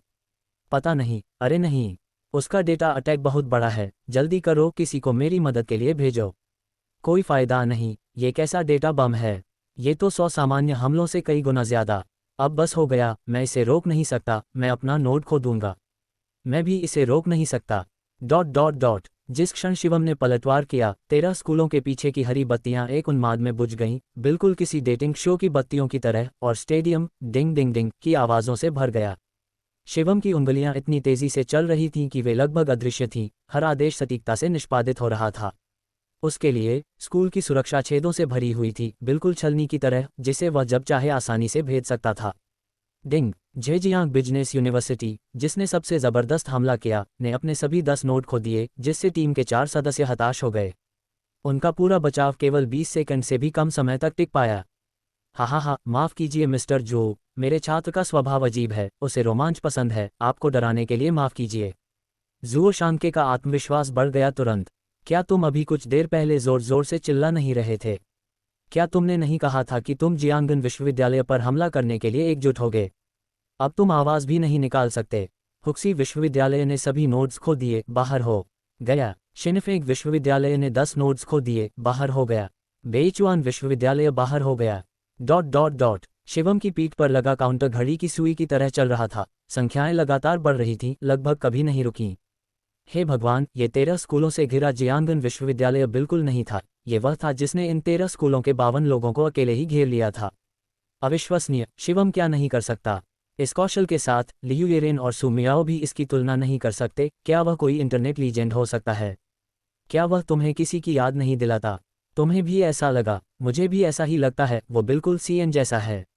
5 मिनट बाद आखिरी स्कूल के नोड्स भी पूरी तरह से गायब हो गए, जिससे स्कोरिंग बोर्ड पर बाकी स्कूलों के पीछे के अंक या तो 0 या 1 या ज़्यादा से ज़्यादा 2 रह गए, जबकि शिवम के स्कोरिंग बोर्ड पर 99 अंक थे। ऐसा इसलिए था क्योंकि स्कोरबोर्ड पर सिर्फ 2 अंक ही दर्ज हो पा रहे थे। पिछली प्रतियोगिताओं में भी किसी भी स्कूल का स्कोर 50 से ज़्यादा नहीं हुआ था। 13 अंक तक पहुंचने की तो बात ही छोड़ दीजिए। मैच खत्म। रेफरी ने स्टॉप बटन दबाया और जियांगनान यूनिवर्सिटी अकेली टीम बची जिसकी लाइटें अभी भी जल रही थीं। दर्शक जियांगनान यूनिवर्सिटी के तीनों सदस्यों को अपनी कुर्सियों पर लेटे हुए देख रहे थे। सभी के चेहरे पर हैरानी के भाव थे। ये सच में लेटकर जीत रहा था। ये खत्म हो गया इतनी जल्दी। उन तीनों लू चाओ को अभी नींद भी नहीं आई थी और मैच पहले ही खत्म हो चुका था। सामान्य परिस्थितियों में एक मैच आमतौर पर 1 घंटे से ज़्यादा समय तक चलता था। कितना समय हो गया था? उन तीनों ने एक एक करके अपनी आंखों से पट्टी हटाई और शिवम को हाई फाइव देने का नाटक किया, जिससे बाकी टीमों के सदस्य दांत पीसते हुए भड़क गए। जियांगन विश्वविद्यालय, जिसने सबसे ज़्यादा अंक हासिल किए, निस्संदेह दूसरे दौर में पहुंच गया। जिस टीम ने 2 अंक बनाए वह वास्तव में दूसरे स्थान पर रही, जबकि 7 टीमों ने 1 अंक हासिल किया। उन्होंने कभी सोचा भी नहीं था कि उनकी आगे की बढ़त उनके बाहर होने के क्रम से तय होगी। वे चारों मंच के बीचों बीच गए, नीचे दर्शकों को प्रणाम किया, फिर शरारती मुस्कान के साथ चले गए। इसके बाद दूसरा मैच शुरू हुआ। अजीब बात यह थी कि सभी को इस मैच में कोई दिलचस्पी नहीं थी और वे अभी भी पिछले मैच पर गर्मागर्म चर्चा कर रहे थे, जो बेहद असंतुलित था। इस आयोजन में उपस्थित सभी लोग सूचना सुरक्षा के क्षेत्र में माहिर थे, यहाँ तक कि कुछ दिग्गज हस्तियां भी थीं। अगर वे अपनी पहचान उजागर कर देते तो निश्चित रूप से वहां मौजूद लोग चौंक जाते, लेकिन किसी को नहीं पता था कि वे कैसे दिखते हैं। सूचना सुरक्षा जगत की 2 दिग्गज हस्तियां, काय और जो, किसी बाहरी व्यक्ति को उनकी असली पहचान नहीं पता थी। हालांकि पिछले जुलाई में अचानक आयोजित अंतर्राष्ट्रीय ऑनलाइन प्रतियोगिता में इन दोनों को अंतर्राष्ट्रीय स्तर पर चौथा और छठा स्थान मिला। उसने ये कैसे किया? काई फैंग जुएयू के ऑपरेशन को घूर रहा था। उसके हाथ की गति बहुत तेज थी। काई की ऑपरेशनल गति बिल्कुल बेहतरीन थी, लेकिन चाबियों के बार बार इस्तेमाल से अनुमान लगाया जा सकता है कि फैंग जुएयू के हाथ की गति निश्चित रूप से उससे 3 गुना ज़्यादा थी। इसका क्या मतलब था? इंसान के हाथ की गति बहुत तेज हो सकती है, लेकिन जैसा कि हम जानते हैं, मानव शरीर की सहनशक्ति की भी अपनी सीमाएं होती हैं। जब उंगलियों की गति एक निश्चित स्तर पर पहुंच जाती है तो उंगलियों की मांसपेशियां, हड्डियां, रक्त वाहिकाएं आदि उस भार को सहन नहीं कर पाती। काय अत्यधिक गति से 5 से 10 सेकंड का ऑपरेशनल समय बनाए रख सकता था।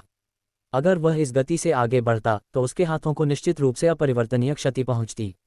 लेकिन शिवम ने पूरा मैच सीमा से 3 गुना ज़्यादा गति से पूरा किया। क्या उसके हाथ लोहे के बने थे? यह मेरी समझ से परे है। जोक को भी एहसास हुआ कि शिवम के ऑपरेशन क्या दर्शाते हैं, लेकिन हाथ की गति तो बस एक संकेतक थी। सीमा से 3 गुना ज़्यादा गति के साथ भी इतने सारे लोगों के हमलों का मुकाबला करना आसान हो सकता था और कुछ हमलों का जवाब देना भी मुश्किल नहीं था। हालांकि हमले की तीव्रता और हमले के लक्ष्यों की संख्या बिल्कुल सीमित थी, और शिवम इतने भारी दबाव में उसने कुछ ही मिनटों में सैकड़ों नोड्स को तोड़ दिया। एक भी नोड उसके एक भी हमले का सामना नहीं कर सका। इसके लिए किस तरह की भारी मात्रा में डेटा की आवश्यकता थी? या तो उसके हाथ की गति बहुत तेज थी या उसका कोड बेहद उत्कृष्ट था। ऐसा लग रहा था कि उसके पास दोनों क्षमताएं थीं। खैर, इस साल की प्रतियोगिता में देखने लायक कुछ भी नहीं है। अगर वह लड़का लियू येरेन और सू मियाओ भी टीम बना लें तो भी वे उसका मुकाबला नहीं कर पाएंगे। चैंपियन तो निश्चित रूप से जियांगन विश्वविद्यालय ही है। हाँ, कोई सस्पेंस नहीं। काई ने सहमति में सिर हिलाया। अगर वे दोनों मिल भी जाएं, तो भी उन्हें यकीन नहीं था कि वे शिवम पर कोई बढ़त हासिल कर पाएंगे। क्या तुम इस साल सिंगापुर में होने वाली अंतर्राष्ट्रीय प्रतियोगिता देखने जा रहे हो? जोक ने पूछा। जरूर, हमें इसे देखना ही होगा। हो सकता है कि इस साल भारत की विश्वविद्यालय की छात्र टीम चैंपियनशिप न होने के अभिशाप को तोड़ दे। मैं देखना चाहता हूं कि वह या फीकीर कौन ज्यादा मजबूत है। फीकीर। जोक का मुंह फड़क उठा। फीकीर एक महिला थी, या यूं कहें कि वह सिर्फ एक लड़की थी। वह निश्चित रूप से एक कंप्यूटर जीनियस थी। 5 साल की उम्र में प्राथमिक विद्यालय शुरू किया और 13 साल की उम्र में अमेरिका के हटन विश्वविद्यालय में दाखिला लिया। इस साल वह सिर्फ 15 साल की थी, लेकिन वह 3 साल से राष्ट्रीय विश्वविद्यालय नेटवर्क सूचना सुरक्षा कौशल प्रतियोगिताओं में भाग ले रही थी, हर साल अपनी टीम को जीत दिला रही थी और व्यक्तिगत रैंकिंग में अंतर्राष्ट्रीय स्तर पर प्रथम स्थान पर रही थी। एक तथाकथित जीनियस जरूर कोई उसके जैसा ही होगा। जोक और काई ने भी कई बार फीकीर का सामना किया, लेकिन सबसे अच्छा नतीजा उनकी टीम के केवल 4 नोड्स को तोड़ना था, जिससे उसकी जबरदस्त ताकत का पता चलता था। सबसे डरावनी बात यह थी कि उसकी ताकत अभी भी बढ़ रही थी। तुम्हें क्या लगता है, ताकत के मामले में उनकी तुलना कैसे की जा सकती है? कहना मुश्किल है, उनकी ताकत हमारी ताकत से कहीं ज्यादा है। शायद सिर्फ एक आमना सामना ही इसका जवाब दे पाएगा, जोक ने कहा। दोपहर में दूसरे दौर के एलिमिनेशन होने चाहिए। हम और करीब से देख सकते हैं। हाँ। सुबह के 4 मैच समाप्त हो गए और यांजिंग विश्वविद्यालय और किंगबेई विश्वविद्यालय बिना किसी सस्पेंस के अगले दौर में पहुंच गए। आज के मैचों के बाद 14 टीमें बची थीं, इसलिए दोपहर में 2 और मैच हुए। सुबह के मैच देखने के बाद लगभग हर स्कूल चिंतित था, इस डर से कि अगले मैचों में उनका सामना जियांगन विश्वविद्यालय की टीम से होगा। वे कैसे प्रतिस्पर्धा करेंगे? वे मूल रूप से प्रतिस्पर्धा नहीं कर सकते थे, चाहे वे पूरी तरह से शिवम के आक्रमण के क्रम पर निर्भर थे। लगता था कि वे अंतिम मैच तक सस्पेंस बनाए रखना चाहते थे। यांजिंग विश्वविद्यालय और किंगबेई विश्वविद्यालय एक ही ग्रुप में थे और अंततः 5 अन्य टीमों के साथ समान स्कोर के साथ आगे बढ़े। जब जियांगन विश्वविद्यालय की टीम मंच पर आई, तो केवल शिवम ही आगे बढ़े। बाकी टीम कहाँ हैं? नीचे बैठे दर्शक तुरंत हिल गए। छोड़ो, वह अकेला ही काफ़ी है। बाकी टीम के आने या ना आने से क्या फ़र्क पड़ता है? सच है, देखते हैं कि यह मैच कितने मिनट में खत्म होता है। हाँ। जियांगन विश्वविद्यालय की टीम, तुम्हारे बाकी 3 खिलाड़ी कहाँ हैं? रेफरी ने पूछा। ओह, वे नहीं आ रहे हैं। मैच शुरू होने के लिए सभी 4 खिलाड़ियों का मौजूद होना ज़रूरी नहीं है ना? शिवम ने वापस पूछा। ओह, रेफरी अवाक रह गया। दरअसल ऐसा कोई नियम नहीं था कि खेल जारी रखने के लिए 4 खिलाड़ियों का मौजूद रहना ज़रूरी है। जब तक कोई एक मौजूद रहता, मैच आगे बढ़ सकता था। तो कोई बात नहीं, हम आज रात हैदिलाओ खाने जाना चाहते हैं। वहाँ यांजिंग में कारोबार इतना अच्छा है कि हमें डर है कि अगर हम आखिर तक इंतज़ार करके गए तो हमें नंबर नहीं मिल पाएगा, इसलिए बाकी 3 पहले नंबर लेने गए। शिवम ने बेपरवाही से कहा। क्या बाकी 3 नंबर लेने गए थे? हाँ, क्या शिवम शैतान है? अगर मैं होता तो मुझे दोबारा खेलने में बहुत शर्म आती। क्या वह बहुत घमंडी नहीं है? घमंडी? अगर तुम्हारे पास ये हुनर है तो तुम भी घमंडी हो सकते हो।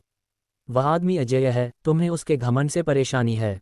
अगर हो सके तो जाकर अपना जलवा दिखाओ। ठीक है, क्या तुमने डीन के चालाक दांव पेंच नहीं देखे? वो तो ऐसे ही इंसान हैं। अगर वो कभी विनम्र भी रहे तो उनका दिमाग ज़रूर टूटा होगा। तो फिर शुरू करते हैं। रेफरी को थोड़ा बहुत अंदाज़ा था कि शिवम किस तरह का सनसनीखेज खिलाड़ी है। ताली ताली ताली। इस बार शिवम ने पीछे नहीं हटते हुए तुरंत एक ज़बरदस्त हमला बोल दिया। सभी टीमों ने शिवम पर हमला करना पूरी तरह से छोड़ दिया। उसे घेरना, ये तो बेवकूफ़ी होगी। तब तक उनके पास कोई अंक नहीं होगा जिससे उनका बाहर होना लगभग तय है। आगे बढ़ने की उनकी एकमात्र उम्मीद यही थी कि वे डिफेंस छोड़कर ज़्यादा से ज़्यादा अंक बटोरने के लिए दूसरी स्कूल टीमों पर ताबड़तोड़ हमला करें। क्या हो रहा है? क्या उसने सुबह पलटवार करने से पहले सिर्फ एक नोट बचे होने तक इंतज़ार नहीं किया? दोपहर में वो इतना बेचैन क्यों था? पता नहीं, क्या उसका मूड खराब हो सकता है? बस आखिरी नोट बुझ गया और मैच का टाइमर 1 मिनट 27 सेकंड पर रुक गया। शिवम ने रेफरी के नतीजे घोषित करने का इंतजार भी नहीं किया और सीधे अपनी कुर्सी से उछल पड़ा। जियांगन विश्वविद्यालय के खिलाड़ियों, मैंने अभी तक नतीजे घोषित नहीं किए हैं। मैं खुद को रोक नहीं पाया। मुझे पेशाब लगी है। दर्शक भड़क उठे। 1.5 मिनट से भी कम समय में तुमने 13 स्कूलों के 100 से ज़्यादा नोट मिटा दिए, सिर्फ इसलिए क्योंकि तुम्हें पेशाब लगी थी। चूंकि प्रतियोगिता का प्रारूप पूरी तरह से खुला था, इसलिए वार्षिक विश्वविद्यालय साइबर सुरक्षा कौशल प्रतियोगिता न तो लंबी थी और न ही उबाऊ। क्वालिफायर से लेकर फाइनल तक आराम के लिए एक अतिरिक्त दिन के साथ केवल 3 दिन लगे। फाइनल में पहुंचने वाले अन्य 13 स्कूल, जिनमें यांजिंग विश्वविद्यालय और किंगबेई विश्वविद्यालय की टीमें भी शामिल थीं, शिवम के अद्भुत तकनीकी कौशल से हैरान थे। उन्होंने शिवम के पिछले 2 मैच बार बार दोहराए ताकि कुछ कमजोरियां ढूंढ सकें, लेकिन हर मैच इतना छोटा था कि कोई उम्मीद नहीं थी। वे हथौड़े की कमजोरी ऐसे कैसे ढूंढ सकते थे? यांजिंग विश्वविद्यालय और किंगबेई विश्वविद्यालय ने दोनों मैचों के वीडियो अपने मानद प्रशिक्षकों लियू यिरेन और सू मियाओ को भेजे ताकि कुछ मदद मिल सके। हालांकि अंत में दोनों प्रशिक्षकों ने शिवम का एकमत से मूल्यांकन किया। राक्षस, उनके प्रदर्शित कौशल को देखते हुए वह निश्चित रूप से एक अंतर्राष्ट्रीय विशेषज्ञ के स्तर तक पहुंच गए थे। लियू यिरेन और सू मियाओ दोनों को ही यकीन नहीं था कि वे उसे हरा पाएंगे। ऐसा लग रहा था कि हालांकि 13 टीमें काफ़ी सक्षम दिख रही थीं, जियांगन विश्वविद्यालय के खिलाफ जीतना लगभग नामुमकिन था, जब तक कि कोई शिवम का माउस, कीबोर्ड और नेटवर्क केबल जब्त न कर ले। चलो दूसरे या तीसरे स्थान पर निशाना साधते हैं। लियू यिरेन ने फ़ोन पर आह भरी। लगता है भविष्य में जियांगन विश्वविद्यालय भारत विश्वविद्यालय साइबर सुरक्षा कौशल प्रतियोगिता में छा जाएगा। जब हर टीम अपनी रैंकिंग सुधारने के लिए ज़्यादा से ज़्यादा अंक हासिल करने की जी तोड़ कोशिश कर रही थी, उसी समय जिस होटल के कमरे में जियांगन विश्वविद्यालय ठहरा हुआ था, शिवम के 5 सदस्य समनर्स रिफ्ट में खूब मस्ती कर रहे थे, मानो भूल गए हों कि वे यहाँ एक प्रतियोगिता के लिए आए हैं। अरे उन्हें रहने दो, झुओ शांके ने ये देखकर अपना सिर हिलाया। वे प्रशिक्षण के साथ या बिना प्रशिक्षण के जीत सकते हैं, तो फिर बेकार की पढ़ाई में क्यों उलझें? उन्हें अपनी मर्जी करने दो। आखिरकार वह तीसरा दिन आ ही गया जिसका बेसब्री से इंतजार था, यानी फाइनल का दिन। स्टेडियम के स्टैंड दर्शकों से खचाखच भरे थे। पारंपरिक तौर पर यह साइबर सुरक्षा तकनीकी प्रतियोगिता काफ़ी विशिष्ट थी और आधी सीटें भी भरी होती तो बहुत अच्छा होता। ऐसा भव्य आयोजन पहले कभी नहीं हुआ था। वजह साफ थी, किसी ने शिवम की प्रतियोगिता के वीडियो ऑनलाइन पोस्ट कर दिए थे। दर्शकों का एक बड़ा हिस्सा स्वतःस्फूर्त रूप से संगठित प्रशंसक थे, कुछ तो शिवम के नाम वाले बैनर और समर्थन सामग्री भी लिए हुए थे। बूढ़े फैंग, तुम्हारी लोकप्रियता अब डरावनी है। जैसे ही लू चाओ और बाकी तीनों स्टेडियम में दाखिल हुए, जोरदार जयकारों से वे अभिभूत हो गए। ये सिर्फ एक सूचना सुरक्षा तकनीकी प्रतियोगिता थी, फिर भी ये पहले कभी इतनी लोकप्रिय नहीं रही थी। शिवम हंसे, तुम्हारा क्या विचार है?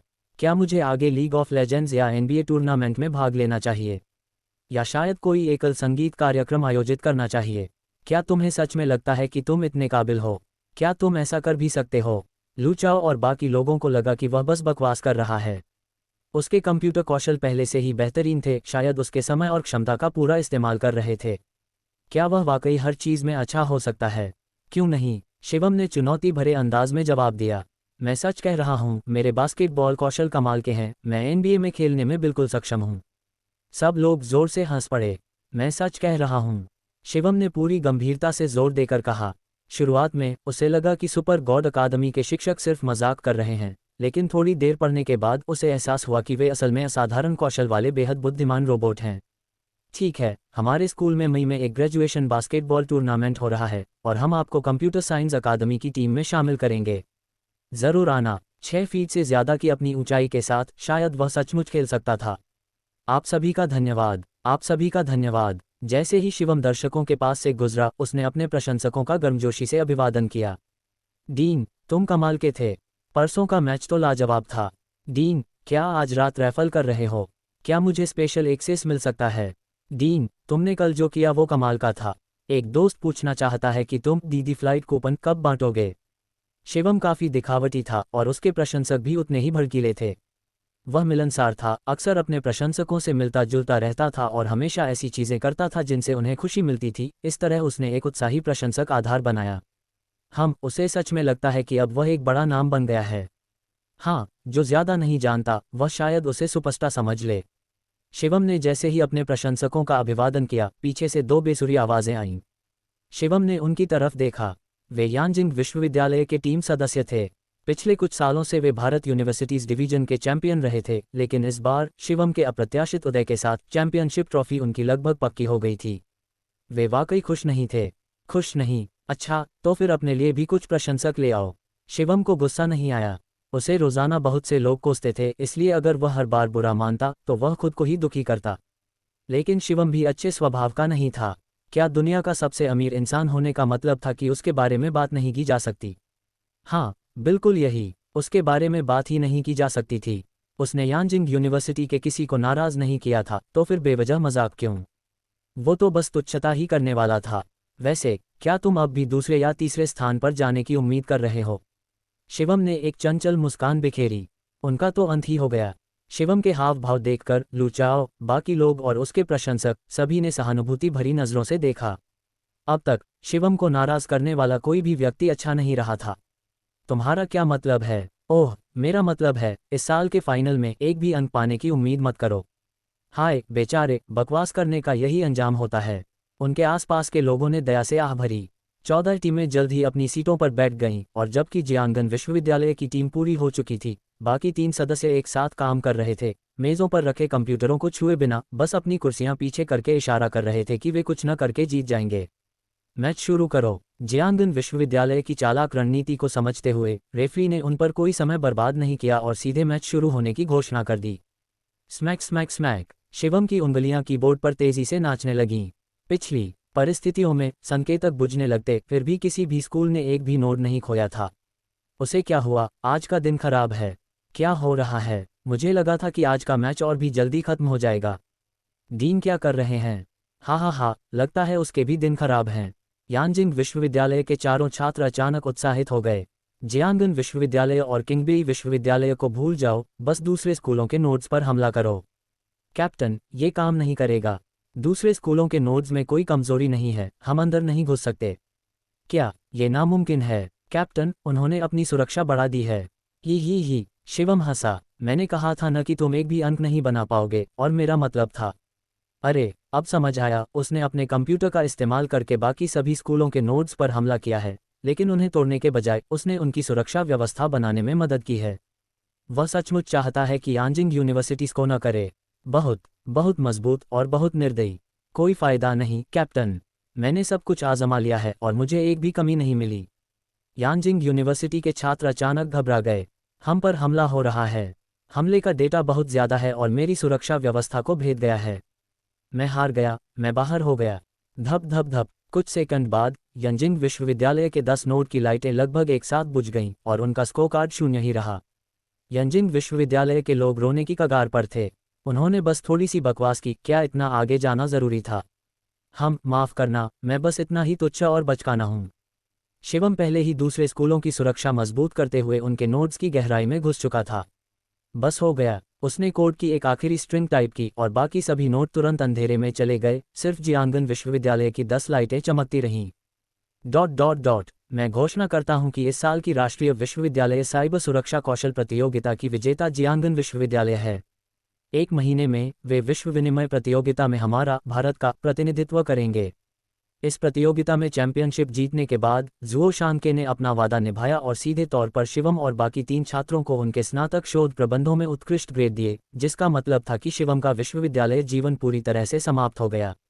शिवम अगले महीने सिंगापुर में होने वाली प्रतियोगिता में स्कूल का प्रतिनिधित्व तो करेगा, लेकिन जुओ शानके के सामने एक और चुनौती थी।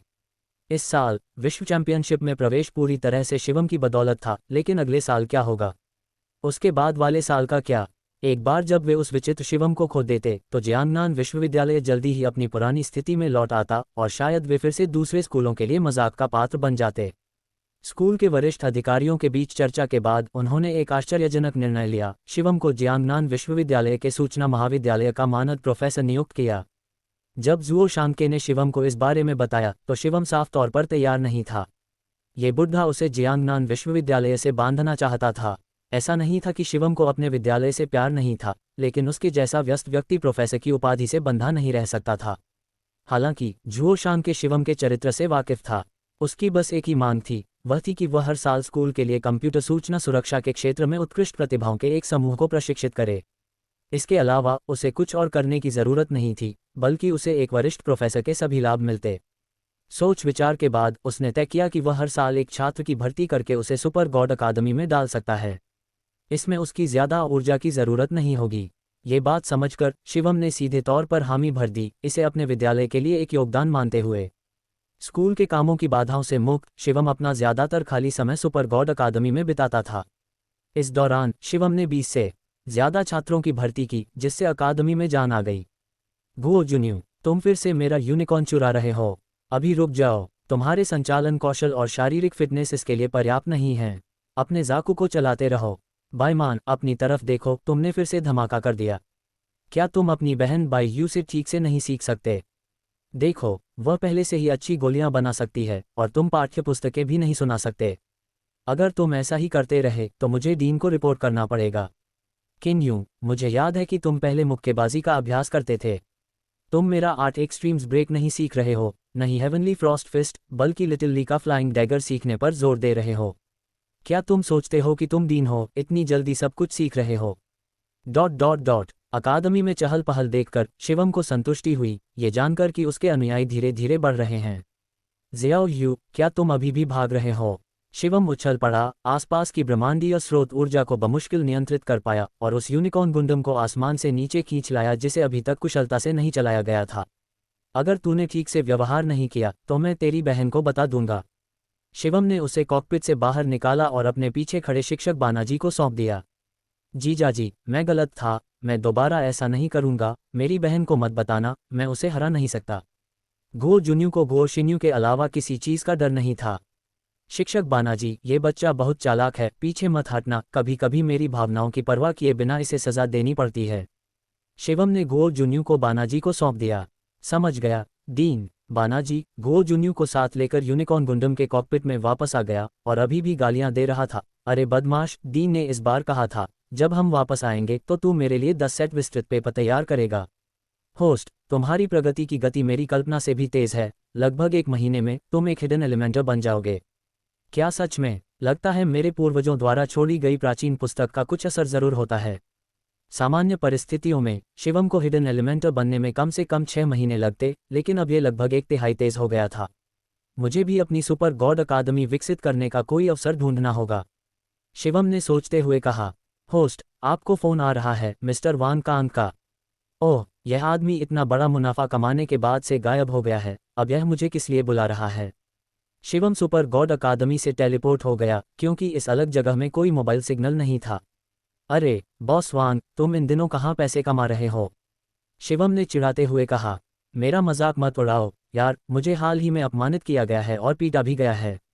दूसरी तरफ से शिकायत भरी आवाज आई। पीटा गया? तुम्हें पीटने की हिम्मत कौन करता है, राजकुमार वांग? ये शिवम का व्यंग्य नहीं था। वांग कांग भारत में काफ़ी मशहूर थे और हालांकि कई इंटरनेट यूजर्स ने अपनी नापसंदगी जाहिर की और उनके सिर पर बोरा डालने की धमकी दी, लेकिन यह ज़्यादातर मजाक में ही था। वीडियो कॉल, वांग कांग ने दुखी होकर कहा। क्या बकवास है, तुम कौन हो? फोन स्क्रीन पर एक चेहरा दिखा जो मधुमक्खी के छत्ते से काटे गए सुअर के सिर जैसा सूजा हुआ था। वांग कांग के रूप में बिल्कुल भी पहचाना नहीं जा सकता था। उसकी माँ भी शायद उसे नहीं पहचान पाती। अभी हा हा हा हा हा। एक पल की उलझन के बाद जोरदार हंसी आई। ऐसा नहीं था कि शिवम उसे मुंह नहीं दिखा रहा था, उसे इस तरह देखना बहुत मजेदार था। हंसो, हंसते रहो, हंसो, और मैं तुम्हारे देखने के लिए रोऊंगा। ठीक है, ठीक है। मैं रुक गया। शिवम ने हंसने के बाद आखिरकार सांस ली। मैंने पूछा, तुमने आखिर क्या किया? क्या तुमने किसी नेक औरत को छेड़ा नहीं और उसकी वजह से पिटाई नहीं खाए? क्या मैं उस तरह का इंसान हूँ? वान कांग ने जवाब दिया, कसम से, जो भी मेरे बिस्तर में आता है वो अपनी मर्जी से आता है। मुझे यकीन है, कौन पैसा नहीं चाहेगा। सच कहूँ तो मेरे होने वाले ससुर ने मुझे पीटा था। वान कांग ने कबूल किया। ससुर जी, तुम जो रोज औरतों के साथ खिलवाड़ करते हो, क्या सच में तुम्हारा कोई ससुर है? शिवम हैरान था, क्योंकि अगर उसकी कोई बेटी होती तो वह उसकी शादी वान कांग जैसे किसी प्लेबॉय से कतई नहीं करता। छोड़ो, पहले मैं भी ऐसा ही था। अब मुझे सच्चा प्यार मिल गया है और मैंने अपने तौर तरीके बदल लिए हैं। वान कांग ने कहा। ओह, बताओ तो, तुम्हें देखकर लगता है कि क्या तुम सच में प्यार में हो? शिवम ने उत्सुकता से कहा, क्योंकि वान कांग जैसे व्यक्ति के लिए यह वाकई बड़ी खबर थी। पिछली बार जब शिवम ने मुद्रा बाजार में धूम मचाई थी तो वान कांग ने उसके लिए कई अरब अमेरिकी डॉलर का फंड इकट्ठा किया था। दरअसल उसके पास खुद इतना पैसा नहीं था, लेकिन वांग लिन ने उसे मुहैया कराया था। हाल ही में उनके परिवार को गंभीर समस्याओं का सामना करना पड़ा और वांग लिन ने सब कुछ दांव पर लगा दिया। लेकिन अप्रत्याशित रूप से इस निवेश का मूल्य दोगुने से भी ज्यादा हो गया और नए निवेश के साथ उनकी कंपनी लगभग मृतप्राय हो गई, जबकि उन्होंने प्रबंधन के लिए पैसे का एक हिस्सा वान कांग को भी दे दिया। इस दौरान वान कांग की मुलाकात चेन मेंगन नाम की एक लड़की से हुई। शुरुआत में दोनों ने एक ही प्रोजेक्ट के लिए प्रतिस्पर्धा की, लेकिन प्रतियोगिता के दौरान उनके मन में एक दूसरे के लिए गहरी भावनाएं पैदा हो गईं। चेन मेंगन को पता चला कि वान कांग जितना दिखावटी दिखता था उतना नहीं था। वह रोजाना मॉडलों और महिलाओं के साथ खेलता था, जिसकी वजह उसके पिछले पारिवारिक विवाद थे। फिर भी वह अंदर ही अंदर एक ऐसी महिला की चाहत रखता था जो सचमुच उसके दिल में जगह बना सके। एक भाग्यशाली संयोग से चेन मेंगन वह शख्स बन गई।